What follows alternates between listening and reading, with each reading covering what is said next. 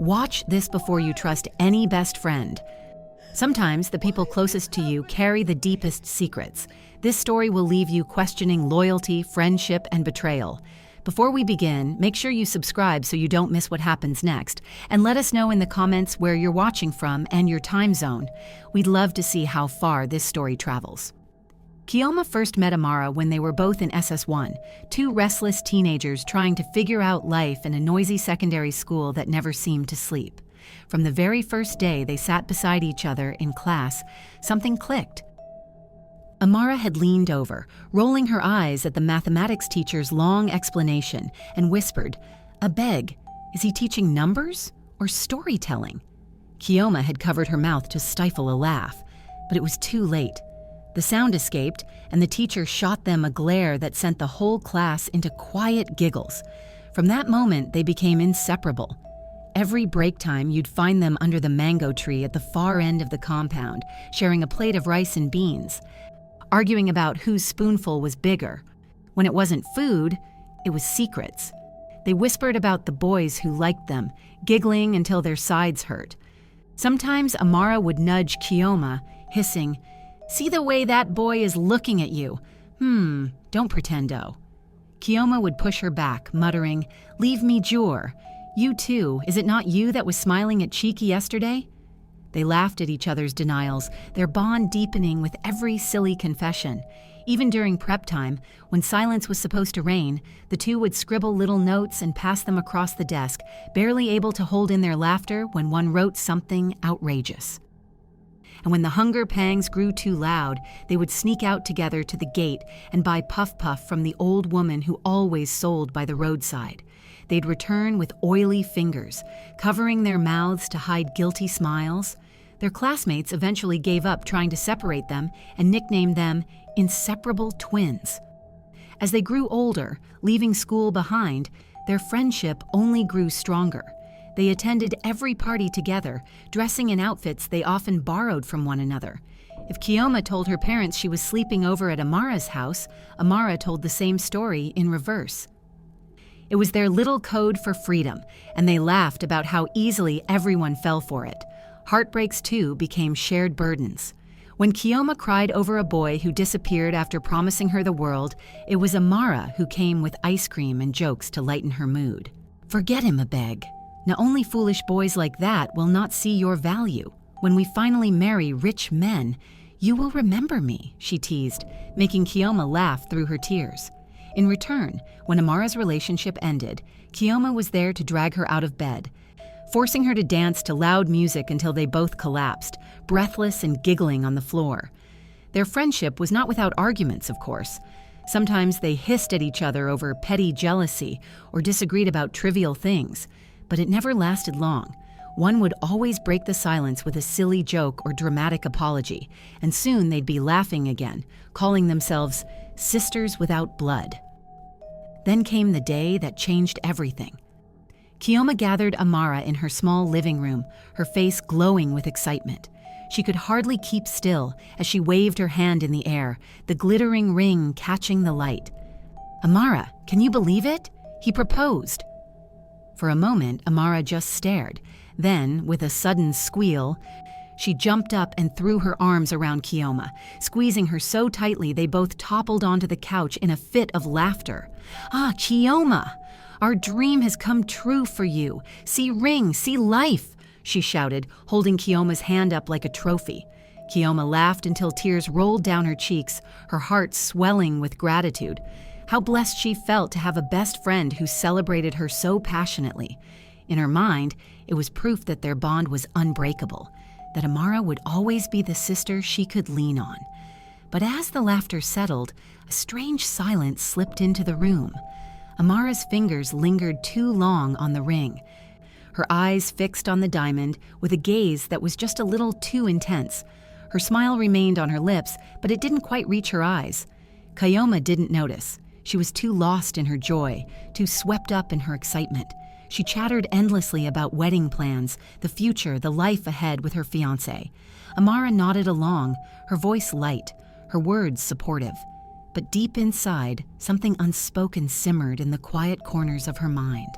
And though Chioma could not see it, That was the first shadow of what was coming, the tiny crack in their inseparable bond that would soon split wide open. Morning broke like a drum roll, soft at first, then louder, faster, a full orchestra of voices, clinking plates and high-life music floating through the compound. Tailors arrived with last-minute stitches, beads shimmered on the table, aunties shouted instructions from 3 different directions, and someone kept asking where the bouquet had disappeared to. Again. Chioma sat still in front of the mirror, one hand pressed to her chest, breathing in and out like a student before an exam. She smiled at her reflection, then frowned, then smiled again. This was it. Today was the day. Amara swept into the room like a small hurricane with perfume. "Everybody calm down," she announced, clapping once. "If you don't have a useful hand, use your legs and go outside." The room laughed. She bent to Chioma, voice softening. "My bride. Breathe. In and out. Ahen. Good." She adjusted the robe on Chioma's shoulders, then whirled toward the makeup artist. "Please, let the eyeliner be gentle. No panda eyes a beg. She's marrying, not going for a music video." The makeup artist hissed playfully. Amara grinned, kissed Chioma's forehead, then shooed a cousin away from snapping unapproved photos. "Leave my bride alone," she joked, wagging her finger.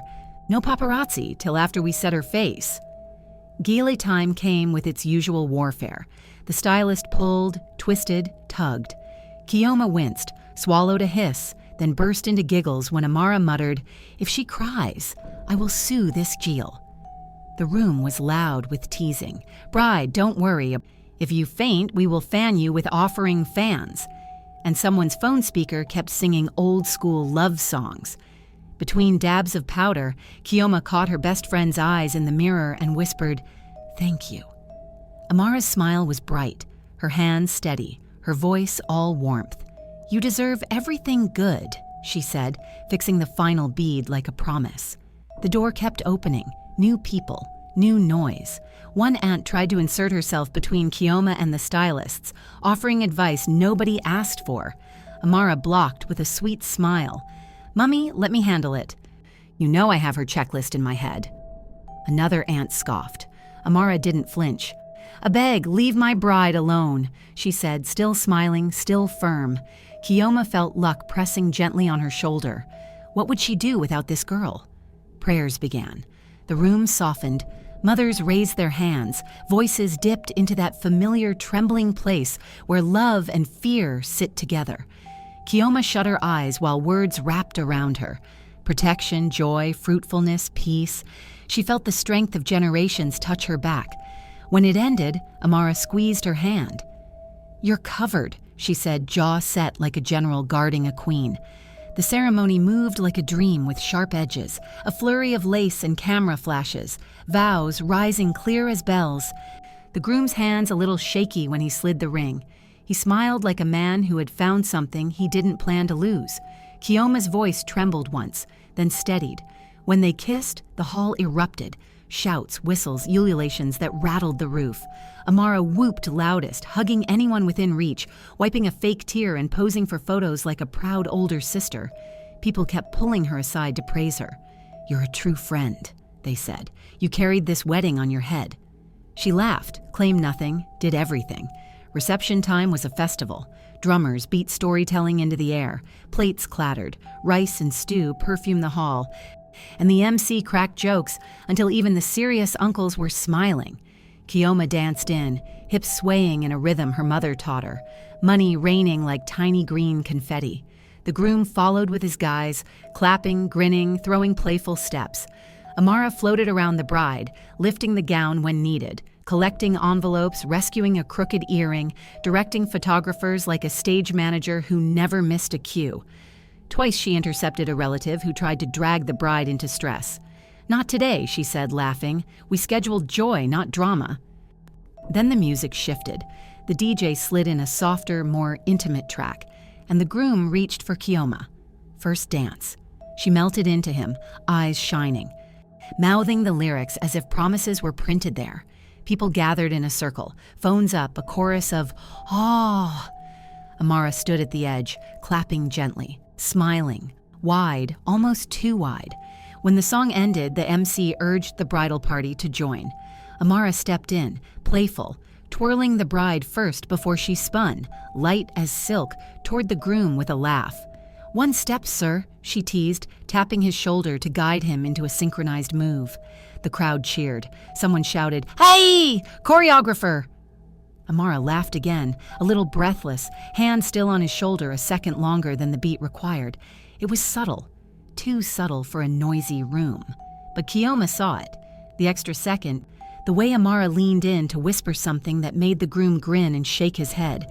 Not scandalous, not obviously wrong, just intimate, familiar. Chioma's smile faltered, barely. A pinch at the corner of her mouth. Then she shook it off with a small chuckle at herself. A beg, relax, it's harmless. The moment dissolved into applause. Between courses, the photographer staged couple portraits. Amara hovered nearby, adjusting folds, lifting veil, calling out, "Chin up, shoulders back, yes, yes, that's it." She was efficient, warm, magnetic. Strangers told her, "You should do this professionally." She only smiled and returned to holding Chioma's clutch, guarding it like a bodyguard with manicured nails, and yet here and there, the tiniest ripples. The groom passed by Amara and said something quick, inside joke speed. She barked out a laugh, touched his arm in that casual, easy way old friends do, except they were not old friends. Not like that. Chioma watched for half a breath. Then a bridesmaid pulled her into another round of hugs, and the moment slipped away like a fish in water. As the sun eased down and the lights warmed the hall, the program swelled toward its final peaks. Parents' blessings, cake cutting, the bouquet toss that turned into tackle football. Chioma's laughter came easily, her joy real, spilling over her lip-glossed smile. Every time she turned, Amara was there, zipping, pinning, shooing, saving the day with a grin. People kept saying, "You're lucky," and Chioma believed them. Of course she was lucky. Who had a best friend like this? Still, somewhere beneath the music and the jokes, a thin string hummed. Not loud, not painful, just a note her heart heard once and then pretended not to. She brushed it aside, the way a bride brushes confetti from her shoulder. Tonight was a day of joy, and Amara, dear, loyal, tireless Amara, was part of the reason it felt so bright.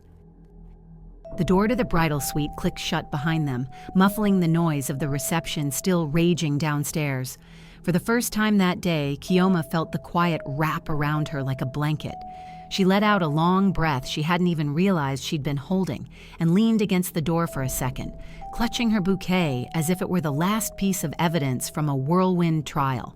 The bathroom door creaked open and steam drifted out in lazy swirls, carrying with it the sharp scent of soap. The groom stepped out, towel wrapped around his waist, still humming the song they had danced to at the reception. His hair was wet, drops of water tracing down his chest, and his smile was easy, until it wasn't. He froze, mid-step. His humming cut off like a record scratched by force. The smile slipped clean off his face. His hand tightened on the towel at his waist, as if suddenly aware of his own nakedness. Chioma looked up, ready to tease him about his dramatic entrance, but the words never left her mouth. She noticed the way his eyes widened, the way his jaw stiffened. Something was wrong. Very wrong. Slowly, she followed his gaze. Her breath caught in her throat. There, sitting boldly on the same bed that had been meant for her and her husband, was Amara. She wasn't in the bridesmaid dress anymore. No. She was draped in a silky, revealing dress that clung to her skin, her legs crossed elegantly like a woman in control. Her eyes, dark and deliberate, were fixed on the groom. There was no mistaking the look. Seduction written as clear as handwriting on a chalkboard. Chioma's chest burned as though all the air had been sucked out of the room. She gripped the sheets beside her, fingers curling, knuckles whitening. Her lips trembled. "Amara." It came out as a whisper, thin, broken, barely audible. The groom opened his mouth, closed it again. His voice cracked when he finally managed, What is this?" The words were jagged, unfinished, like he himself couldn't believe them. Amara shifted, her confidence faltering.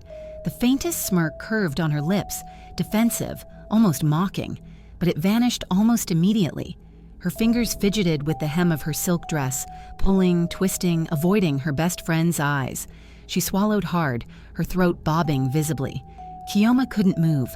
Her body stiffened like stone, her mind a swirl of disbelief and denial. She blinked rapidly, hoping this was some cruel dream, some mistake, anything else. But no, Amara was there, alive, real, sitting like a shadow of betrayal at the foot of her marriage bed. The silence was unbearable. It grew heavy, pressing against their chests, thick with unspoken words and shattered trust. The faint drip of water from the bathroom echoed like gunshots in the stillness. The groom took a step forward, then stopped himself, gripping the towel tighter as though it was his last shield. His lips moved, but no words came out, only a shallow breath that betrayed panic. His eyes darted from Chioma to Amara, then back again, guilty, helpless, caught in a crossfire of emotions.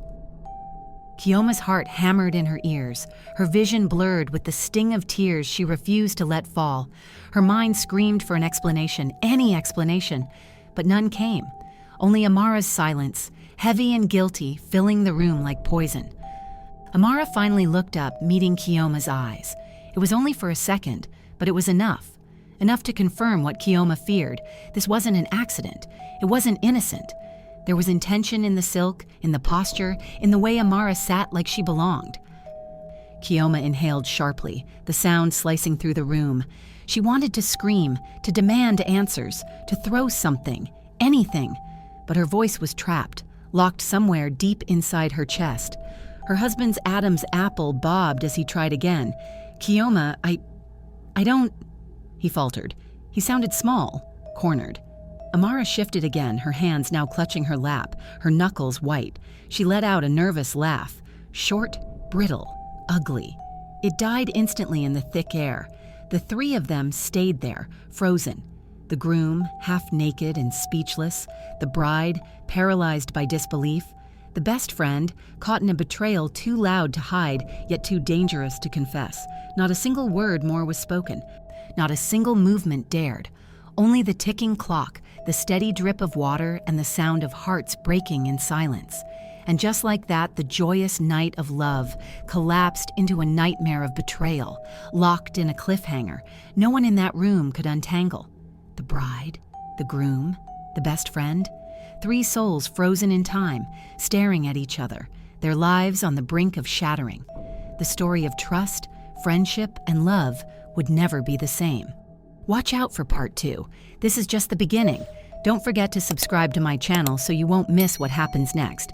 And please comment where you're watching from and your time zone.